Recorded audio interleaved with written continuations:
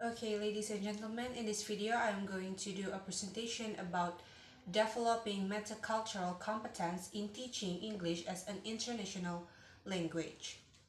Okay, so this is taken from a research journal, so I'm going to firstly explain the background.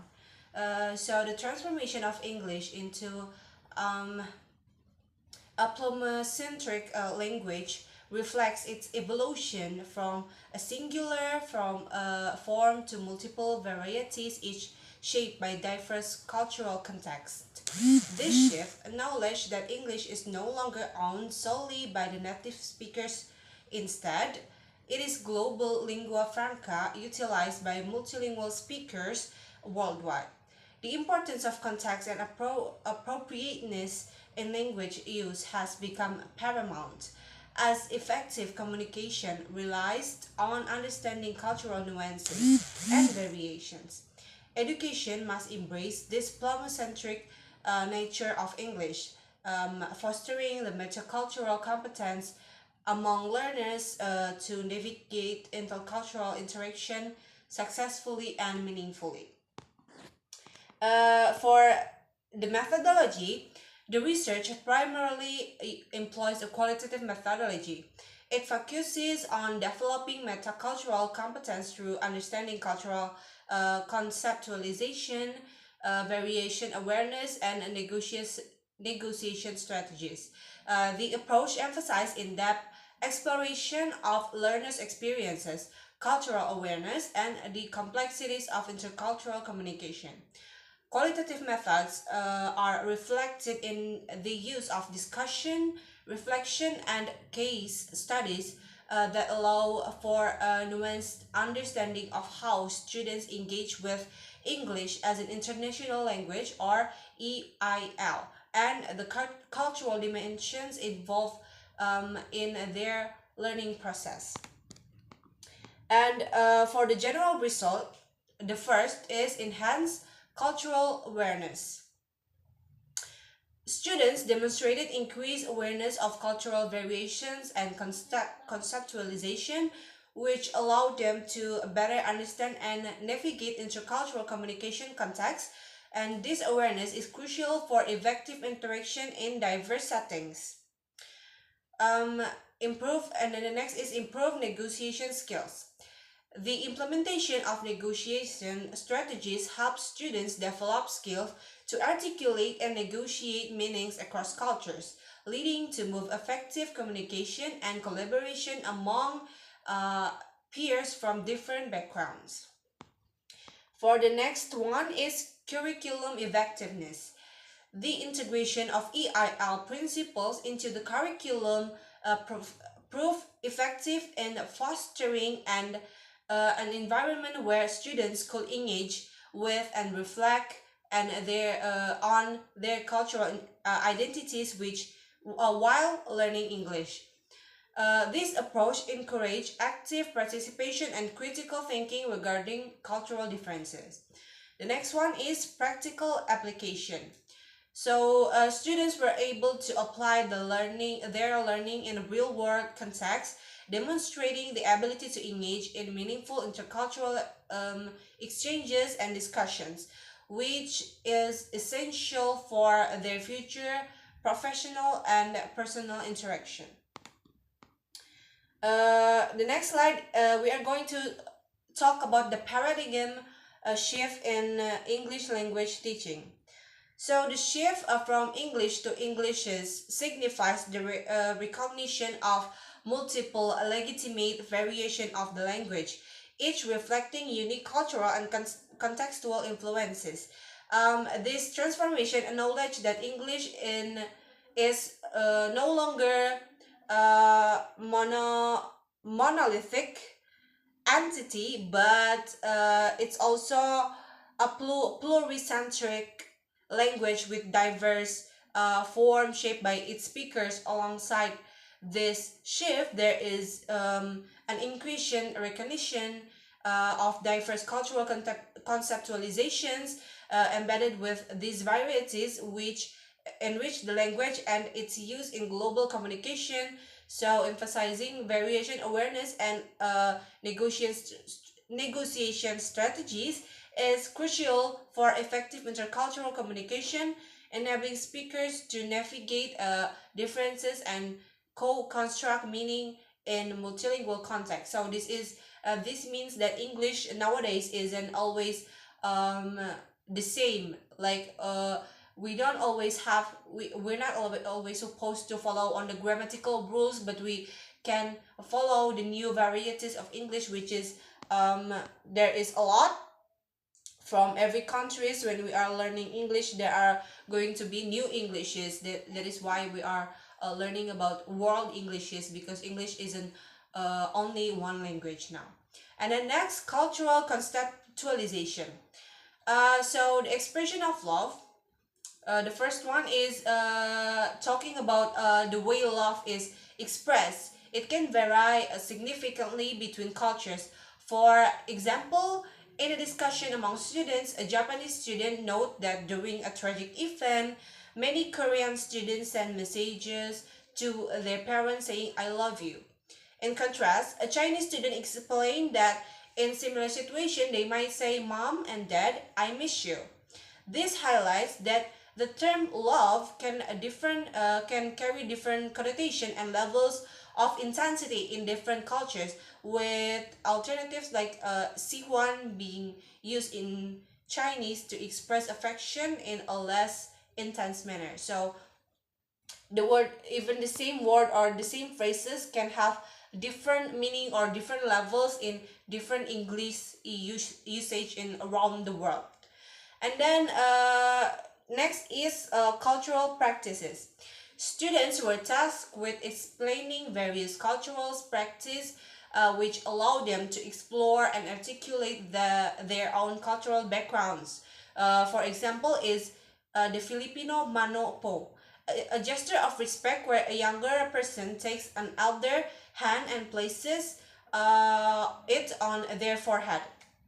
And then the second is Japanese tea ceremony, a traditional ritual influenced by Zen Buddhism, emphasizing aesthetic, etiquette, and the art of tea preparation. And then other examples also included in the Jewish festival of Purim, the Australian tradition being bring a plate, and the Chinese Mid-Autumn Festival. And these activities encourage students to develop cultural explication strategies, enhancing their understanding and appreciation of diverse cultural practices. And then the ownership of English. So English as a global language owned by its users.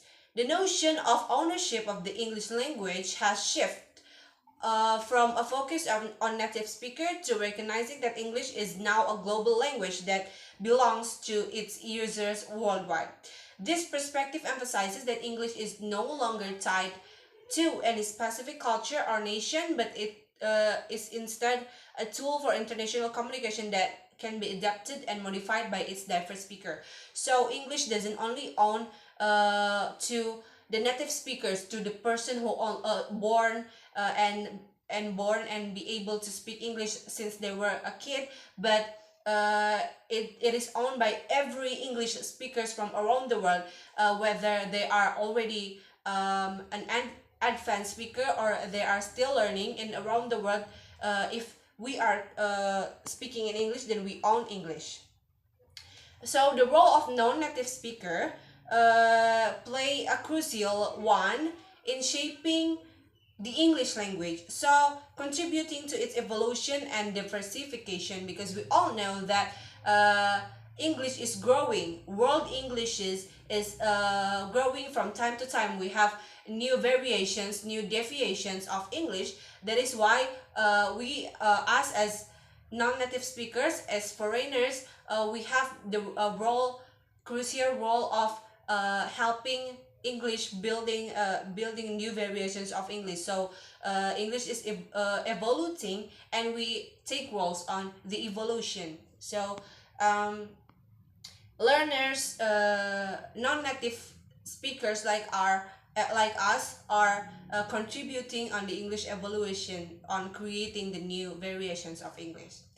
And then first languages and English. So there are advantages of native versus non-native speakers in an intercultural communication.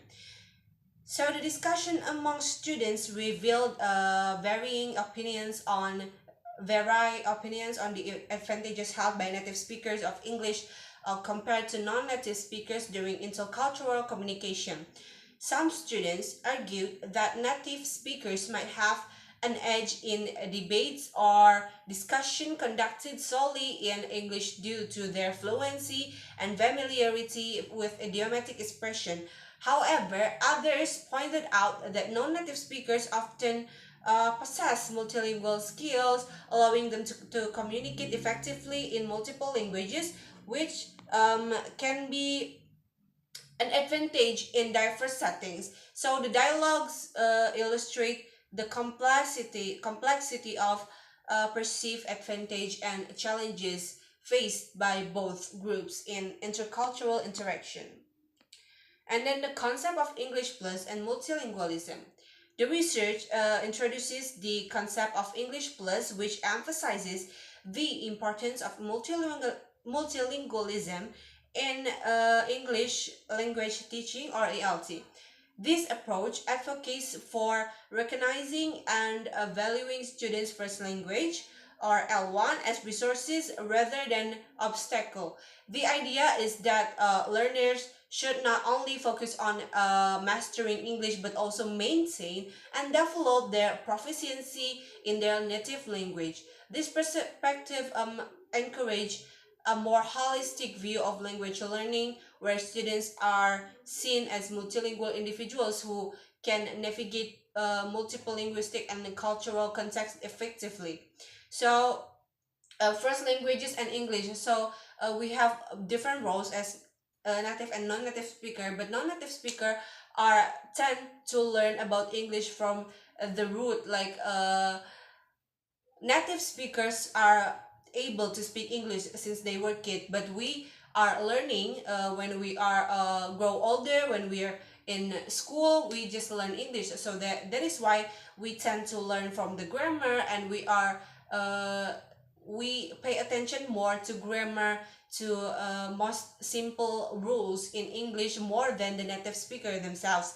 And also this is what pushes us to have a great motivation in implying English in our daily life. So not only for our perhaps educational purpose, but we have to be able to imply that in our daily life.